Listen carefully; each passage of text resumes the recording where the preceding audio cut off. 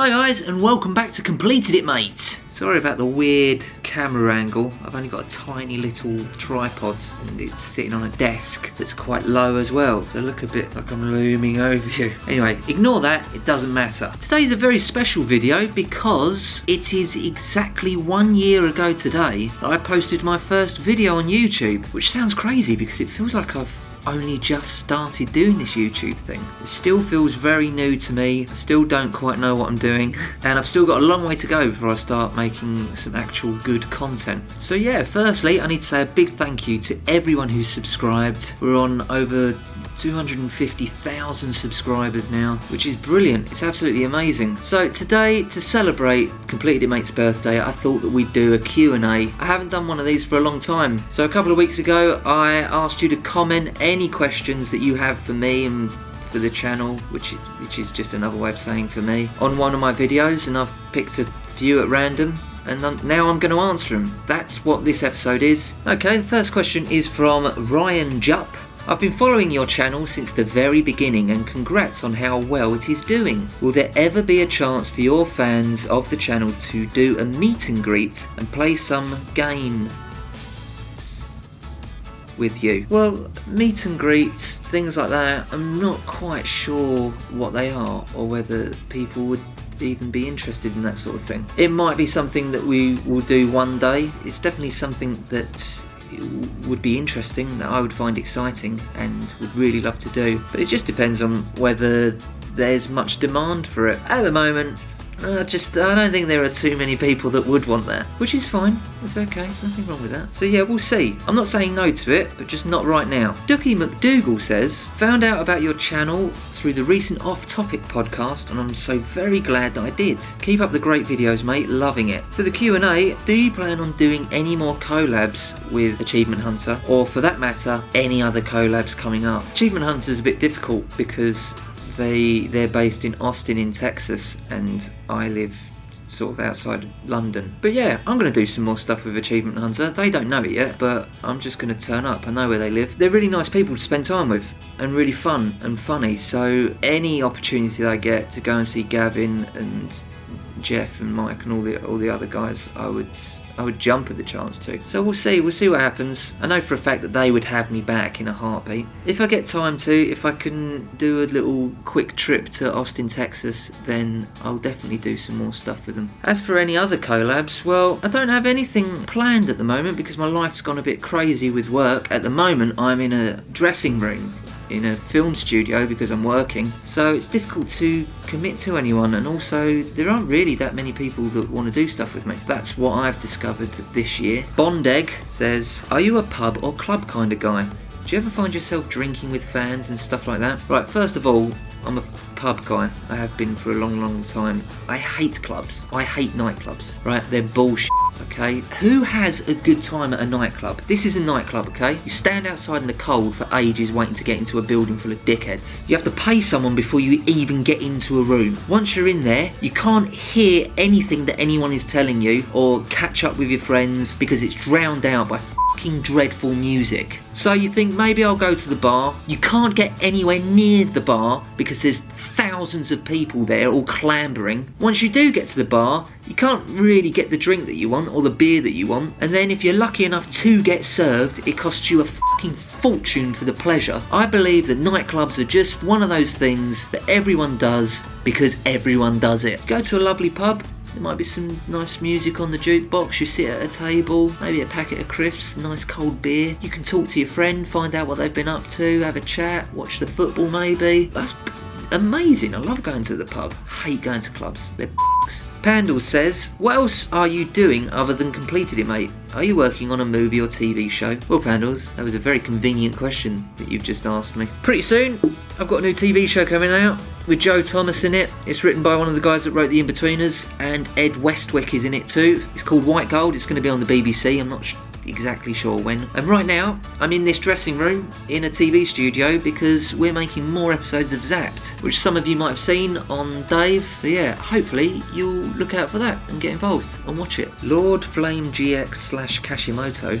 It's a good name. says, do you find it hard sometimes to talk while playing because you need to focus more? Any best way to get around it? I do. I struggle with this massively. I find it difficult to talk even when I'm not playing video games. So I know exactly what you're talking about. If you look at the way my gameplay footage is shot, I'm very, very strict with how I edit it. I cut everything out. I have this habit of leaving long pauses in the middle of words. Not in the middle of the words, in between words. Which is terrible. That's a terrible trait to have when you're trying to be entertaining and talk fluently and coherently. So when you see my videos, my Call of Duty videos or my game, like especially lately, I've been very, very strict on how I edit it. If I'm not talking or something interesting isn't happening on the screen, then I just cut it right out. It's not in the video at all. It means that I have to play for a long, long time. I'll probably get about 10 minutes semi-entertaining footage out of playing for an hour, I think. You'll see there'll be cuts. There'll even be, like, I even just take half a second out of here and there, or even a few frames, just to get things to where I want them to be. So I don't know how to get around those problems, but I do know how to edit it in a way that hopefully makes what you're watching more entertaining. Jamie Hall says, are you making any money making videos? I know this is a really interesting question. This seems to be a thing that everyone wants to know. Are YouTubers making money? I wonder how much money he makes. He's so wealthy.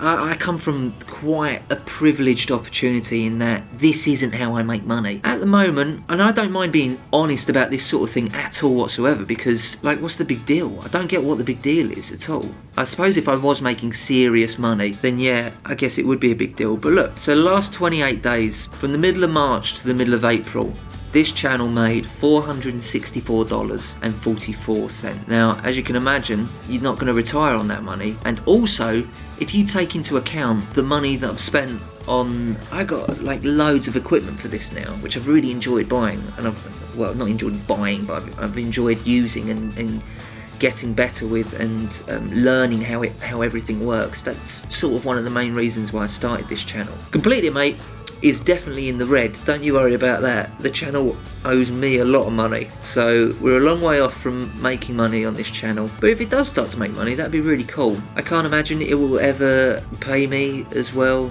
as what my actual job does. I'm trying not to sound like a dick. I have the freedom to be able to do this YouTube channel without having to answer to anybody, just doing content that I want to do that isn't sponsored, to have all the equipment that I'd like to have. It's a really nice position to be in, and it makes this YouTube channel very enjoyable. I'm not reliant on this YouTube channel for anything other than just for fun. I think if this became something that I needed to do, that it then crosses over to being your job, and no matter how much you love your job, there are times where you obviously get sick of it. What's great about doing this right now, right this moment, is that this is my hobby, and I really, really enjoy it. I don't mind telling anybody how much money this YouTube channel earns, because it's not earning anything. But I don't see what a big deal is. Again, it's because it's not my main source of income. I wouldn't show you my bank statements or anything like that, I suppose. So that's probably why other YouTubers don't divulge that sort of information. But you know, like $500 a month this channel brings in, and to be fair, I've not even seen any of that money yet because I haven't set something up in the right way. That's another story, and that's really boring. Okay, next question, which gets asked a lot, obviously. Daniel Glazsher. Sorry, Daniel, if I've said your name wrong. Anyway, Dan says, why do you bleep out your swearing? Now, I get this question asked to me a lot because obviously I've made a career out of swearing. And I swear myself, I swear naturally. It's the way that you talk. If you're from working class Britain, everyone swears. People aren't offended by swearing. It isn't particularly offensive. It's just part of your speech. It's just the way you talk. It doesn't mean anything. It doesn't shock me. I don't personally feel it's offensive. Then I had some kids, and you think to yourself, well, no, I've got kids now. I maybe should try and make an effort to not swear so much. Don't get me wrong. Since I've had kids, I mean, they make me swear more. I think I don't want to say anything that's going to get me into trouble. Any parent will join me in, you know, you swear a lot when you have kids. There are suddenly an infinite amount of reasons for you to go, for f***'s sake. But yeah, I like my kids to watch these videos. I don't do anything on television that's appropriate for them to watch, they can sort of watch these videos, and I bleep out the swearing, and for some reason in my head that just makes it better. It's just this rule that I've created in my head. I wouldn't say that I'm trying to cater for a younger market at all whatsoever, because I think the content is adult, and the way these films are made are mature. It's not me being wacky and zany like a sort of kids presenter or anything like that. There were loads of them on YouTube, but I'm trying to appeal to people my age. So even though I don't think kids should be watching my videos, or not that they should be watching it, I think that they would just find them boring. My kids love the fact that I've got a YouTube channel, and they like to watch it, and so I bleep the swearing. Just makes me feel better. And also, I think there's something comical in a bleep. I think there's something sort of funnier hearing a bleeped swear word rather than just hearing the swear word. Like, I'm just so immune to swearing. It doesn't have any impact on me at all whatsoever. Having the bleep in it sort of acknowledges that I shouldn't be saying that word, and that then sort of makes it naughty again for me, if that makes sense. But yeah, everyone always says all the time, oh, you were in the in-betweeners, why'd you bleep out swearing? It's because of that. It doesn't really make any sense, it just makes me feel better.